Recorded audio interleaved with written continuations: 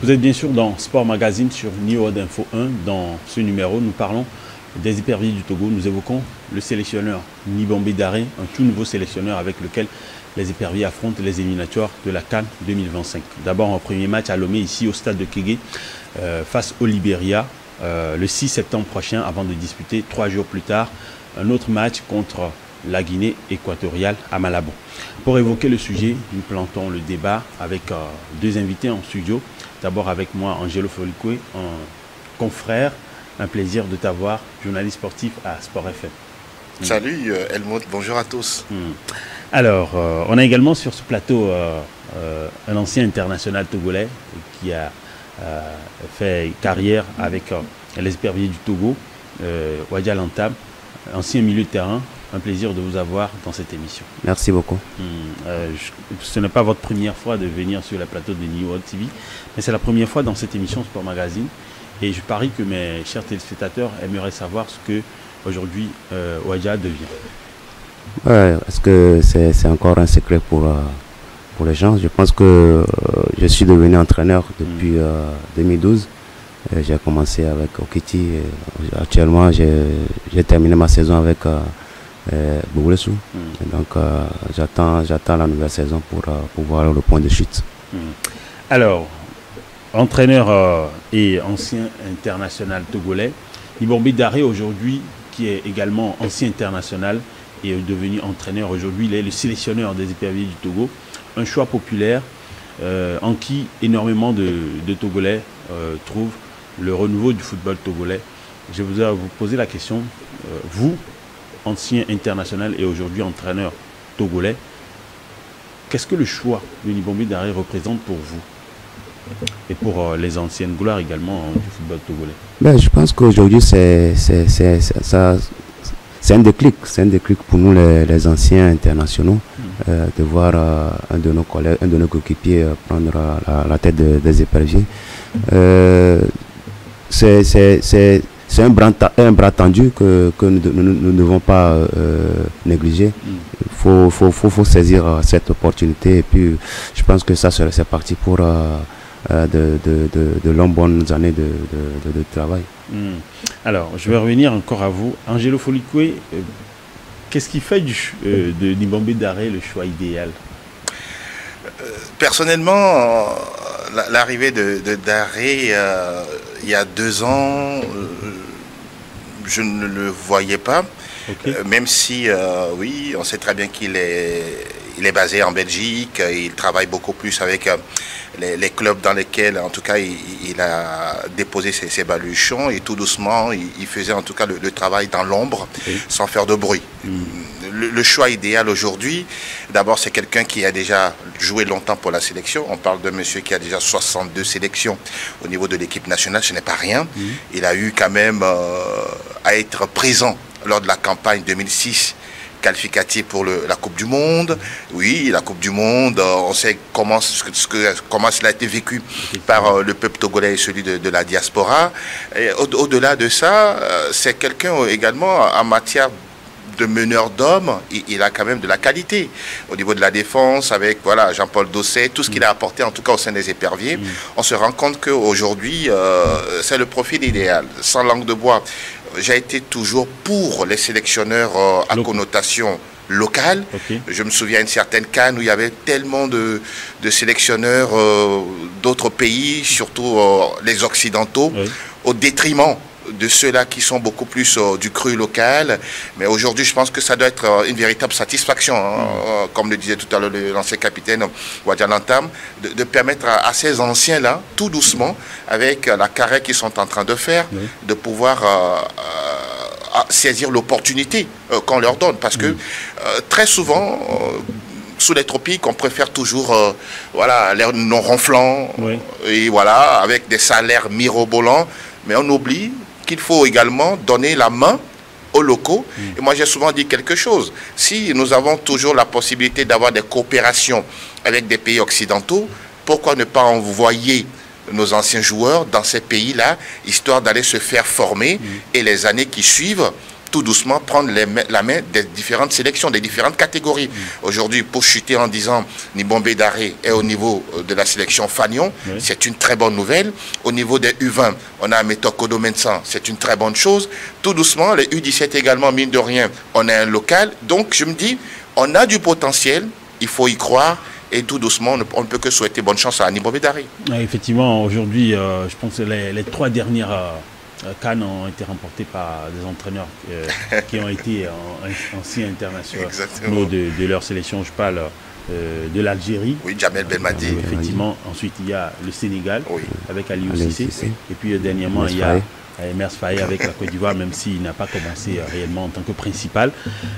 Aujourd'hui, comment est-ce que vous pouvez aider? Parce que Nibombé Daré, il a dit clairement qu'il est ouvert à toutes les opinions venant de ses anciens coéquipiers avec qui il a partagé la sélection. Comment est-ce que vous, à votre niveau, vous pouvez aider Nibombé Daré? Je pense qu'on ne va pas tous l'encombrer. Il faut lui donner le temps de choisir ceux avec qui il peut collaborer. Et c'est un travail très pénible, être sélectionneur. Parce que tout le monde va venir avec ses idées, avec ses joueurs. Et je pense qu'à notre niveau, on a beaucoup à l'apporter. Sur le plan conseil, on peut lui donner des conseils, on peut pas s'immiscer dans ses choix, dans tout ce qu'il fait. C'est à lui de prendre ses responsabilités. Donc aujourd'hui, nous on est là. S'il a besoin de nous, on serait présent à côté de lui. Et justement, en parlant de conseils, aujourd'hui, vous qui connaissez bien, parce que Nibombé Daré, il est quasiment en Belgique, et vous, ces dernières années, vous étiez dans le football togolais. Quels sont les défis auxquels il pourrait faire face d'entrée? La dernière fois sur Sport FM, ce que j'avais dit aujourd'hui, il ne faut pas qu'il se mette une pression. Il a la main libre, il fait son choix et j'ai souhaité qu'il surfe sur le groupe laissé par le Duarte. Il ne faut pas qu'il essaie de chambouler, ça va lui causer beaucoup de soucis. Donc qu'il surfe sur ce groupe et au fur et à mesure essayer d'apporter du renouveau dans le groupe. Alors Angelo, Daré, il a donné une interview exclusive au service de communication de la Fédération togolaise de football où il disait, il rejoignait ce que disait tout à l'heure Wadja, c'est-à-dire il a un héritage de par le Duarte sur lequel il va travailler et il propose un système tactique. C'est vrai qu'il n'a pas détaillé, mais il dit un jeu offensif. Un jeu offensif. On l'a vu le 3-5-2 avec par le Duarte et on a des problèmes à marquer. Comment est-ce qu'il pourrait corriger ça par exemple? Là, c'est un véritable défi. Je prends juste les réalités souvent que l'on a même dans notre championnat. Vous avez des entraîneurs qui travaillent jour après jour. Et lors du match, même poteau vide, la dernière fois dans un match de la SCK, justement face à l'ASFAN, on a même vu un cas pareil. C'est un cas tellement épineux, mais en même temps qui, avec de la patience et du travail, ça finira par mordre. Dans ce choix de Nibombé Daré de vouloir jouer beaucoup plus offensif, ça veut dire qu'il est ambitieux. Il est très ambitieux, il est d'abord intelligent. En parlant du groupe laissé par Paulo Duarte sur lequel il va surfer, c'est une très bonne chose, ça fait quand même une preuve d'humilité de la part du monsieur. Et il sait très bien on ne s'écharge jamais de le dire, c'est au bout de l'ancienne corde qu'on tisse la nouvelle. Et ça, c'est déjà un acquis. Le deuxième acquis maintenant, que je trouve beaucoup plus laborieux, c'est qu'il aura une forme de communication. Lui, je peux dire que les avantages qu'il a, c'est qu'il connaît bien l'environnement, les réalités du football togolais, tout ce qui va avec. Et il aura sûrement un discours avec les joueurs, notamment ceux offensifs que l'on a. Là-bas, Fodo, Kevin Denke, tout ce qu'on a autour, même Karim Derman qui a cette propension d'aller souvent vers l'avant, histoire de les protéger, mais en même temps en le mettant en pression. Parce que Kégué, aujourd'hui, depuis un bon bout de temps, il faut reconnaître qu'on joue, ça plaît, mais on repart toujours avec un goût de frustration. Et là, maintenant, d'inachevé. Ce sont aux joueurs de se dire, tiens, on a un nouvel entraîneur, on joue pour lui, on joue ensemble, on joue pour le peuple. on ne cessera jamais de le dire. Lorsqu'on porte le maillot, moi je ne l'ai jamais porté, mais Wadja l'a déjà porté plus d'une fois, c'est que on se sent, on s'investit d'une mission. Et on se dit, je joue non seulement avec les pieds, mais plus avec le cœur et la tête. À un moment donné, pour terminer sur la question concernant le plan offensif, on a l'impression qu'il y a tellement de pression sur les joueurs que le geste le plus simple à réaliser, on ne le fait pas pour mettre le ballon au fond des filets et ça s'accumule, ça devient vraiment une autre boule à l'intérieur de soi et on a du mal à pouvoir s'en départir. Nous croisons les doigts que pour la prochaine fois face au Libéria, en tout cas, les occasions qu'ils auront, qu'ils les mettent au fond parce que le public va faire le déplacement et ce public-là aimerait repartir avec la victoire face au Libéria pour bien démarrer cette campagne.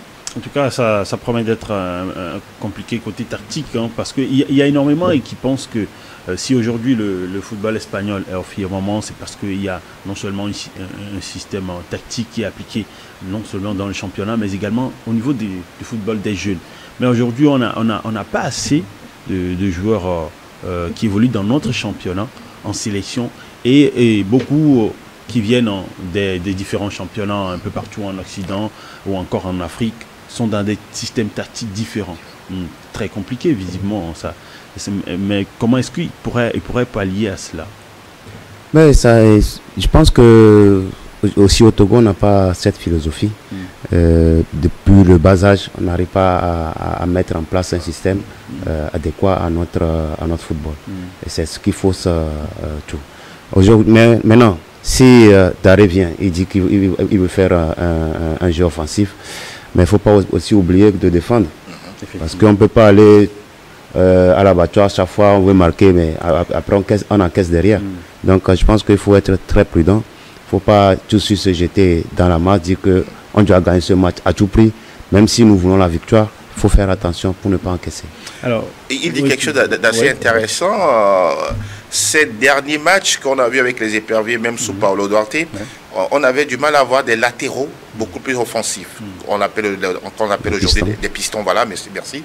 Et on ne sait pas si c'est un manque de confiance en soi ou bien on veut forcément défendre pour ne pas laisser des espaces à l'adversaire. Mais le football, tout le monde le sait, c'est une question de risque. Il faut continuer à jouer de cette façon et surtout à délivrer des centres. Nous disons souvent quelque chose, à défaut des centres, même sur les coups de pied arrêtés, on doit être dangereux. Et là aussi, ça reste un défi également pour Nibombe Daré sur des coups de pied arrêtés standards. Alors trouver beaucoup plus, on pourra dire, créer du surnombre dans la surface adverse. Je ne suis pas du tout entraîneur, moi je ne fais que donner des petites idées. Mais je pense que s'il mise sur le jeu offensif, quelque part ça va être préparé. Et quand c'est préparé et que c'est bien assimilé par le joueur, le public ne fait qu'apprécier. Alors aujourd'hui, si vous devez plaider pour le football local, c'est-à-dire le championnat, avoir plus de joueurs qui évoluent dans le championnat national, dans cette sélection auprès de Nibombe Daré, vous diriez quoi? Ben, ça serait après le début du championnat, parce qu'il n'a pas vu les équipes jouer, même s'il venait de temps en temps pendant les vacances, pendant la trêve, regarder quelques matchs, mais il n'a pas suivi beaucoup de joueurs, même si aujourd'hui il y en a qui se démarquent de nos deux clubs qui nous représentent sur le continent. Il y en a qui peuvent espérer être présélectionnés. Et bon, après, s'ils confirment, pourquoi pas être sélectionné. Alors, Angelo, il y a beaucoup qui évoquent le fait que beaucoup de joueurs du championnat local ne sont pas convoqués. Une réalité, et tu penses que Nibombe Daré pourrait améliorer cela? Ça ne va pas forcément dépendre de lui. Oui, vous dites quelque chose d'assez pertinent, parce que là, une sélection, c'est les meilleurs joueurs du moment. On ne cessera jamais de le répéter. La tendance a fait que depuis Claude-Marie-François Leroy jusqu'à Paulo Duarte, il y avait un fort contingent des joueurs venus de l'extérieur. On parle beaucoup plus des professionnels, des expatriés ou des binationaux. Et tout doucement, ils ont essayé d'intégrer certains joueurs du cru local. Sauf qu'il y a souvent cette difficulté pour certains joueurs. La sélection nationale, c'est quelque chose de sacré. C'est qu'il y il y a quelque chose autour, justement, de cet environnement qu'on ne maîtrise pas forcément. Et pour certains, lorsque vous êtes présélectionné, tout de suite, vous percez, vous explosez aux yeux de tout le monde et vous devenez la star. Pour d'autres, juste une première ou deux sélections, vous plongez carrément parce que mentalement, vous n'êtes pas fort, spirituellement également, vous n'êtes pas forcément voilà, à niveau. Et ça devient vraiment plus qu'un défi pour chaque joueur. Maintenant, quand on considère le championnat, oui, on a la régularité de nos clubs au niveau des coupes interclubs sur le continent. Il y a cette possibilité d'avoir 2 ou 3 présélectionnés. Quand vous êtes présélectionné ou sélectionné, ça ne veut pas dire que vous êtes titulaire. Là aussi, voilà, quoi, vous êtes là, mais vous pouvez être sur le banc. Et peut-être, bon, si on trouve à l'entraînement que vous pouvez peut-être répondre à un profil, alors là, l'entraîneur prend des risques. Dari, oui, il a le droit de prendre des risques. Il a le droit également de proposer sa liste de joueurs. Maintenant, sur le terrain, c'est à nous également d'apprécier ceux-là qui viennent. Moi, je dis souvent, lorsque vous avez la possibilité, l'opportunité d'être sélectionné, donnez le meilleur de vous-même. On peut faire un match à 0-0, mais à la fin, le public se lève et vous applaudit. Oui, ça, c'est une possibilité. Je me rappelle de ce match contre le Sénégal, même si on était après... on n'a pas réussi à marquer, on aurait dû marquer ici à Lomé. Voilà. C'était un match nul vierge, mais il y a eu énormément de bonnes choses qui ont été tirées de ce match. Alors, on va observer la pause de cette émission, revenir dans la deuxième partie pour évoquer les 2 prochains matchs, sinon les 2 premiers qui attendent d'ailleurs Nibombé Daré en tant que nouveau sélectionneur des Éperviers du Togo, et parler un peu également de ce renouveau du football togolais, parce que ce n'est pas uniquement l'équipe nationale, mais également le championnat et les joueurs locaux qui devraient également en profiter. On va observer la pause juste après le journal, une dizaine de minutes, et on revient.